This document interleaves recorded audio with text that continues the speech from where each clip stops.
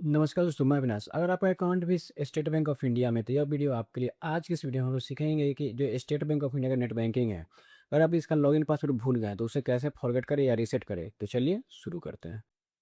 सबसे पहले state bank of India का जो ऑफिशियल वेबसाइट है उसे ओपन करेंगे। उसे ओपन करने के बाद राइट साइड में ऑप्शन आपको मिलता है नेट बैंकिंग। नेट बैंकिंग पे हम लोग क्लिक करेंगे। इस पे क्लिक करने के बाद यहाँ पे ऑप्शन आता है पर्सनल लॉगिन। सेविंग अकाउंट है तो पर्सनल लॉगिन पे क्लिक करेंगे।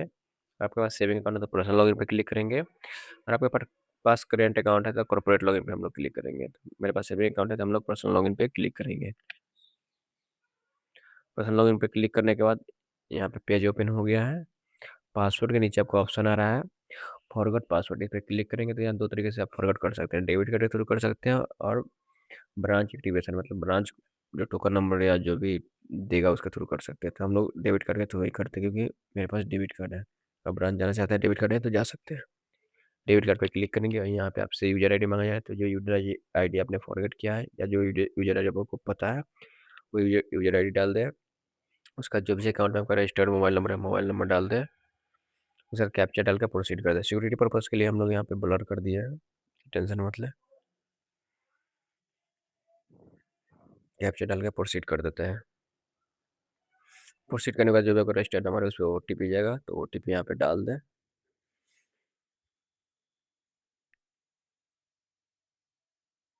ओटीपी डालने के बाद प्रोसीड कर देते हैं। प्रोसीड ऑप्शन आ गया है debit card debit card authentication.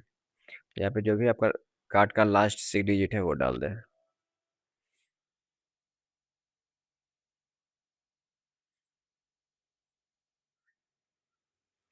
उसके बाद एटीएम पिन डाल दें। जो भी आपका एटीएम पिन है वो एटीएम पिन डाल दें। उसके बाद प्रोसीड कर दें।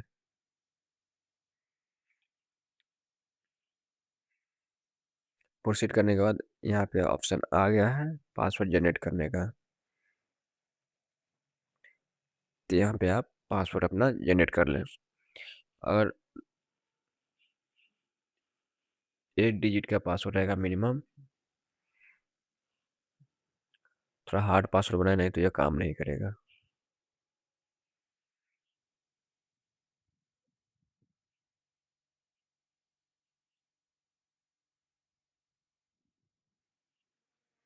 उसका कंफर्म पासवर्ड कर दें। उसी पासवर्ड को फिर से डाल दें। कंफर्म पासवर्ड करने के बाद टर्म एंड कंडीशन को एग्री कर लें। उसके बाद प्रोसीड कर दें। प्रोसीड करने का कॉन्ग्रेचुलेसन आ गया है, you have successfully change password for YONO web.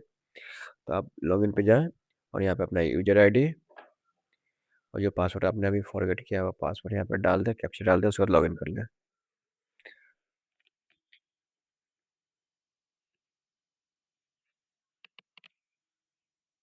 यहाँ पे कैप्चर डाल देते हैं।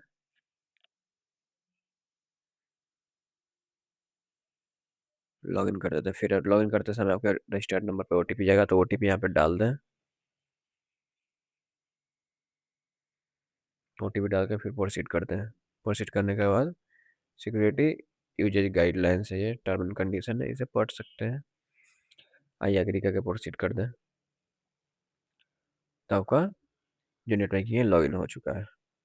आई होप कि वीडियो आपको अच्छा लगा। वीडियो अच्छा लगा तो लाइक करें, अपने दोस्तों के साथ शेयर करें और किसी भी तरह का प्रॉब्लम होता है तब कमेंट्स कीजिए।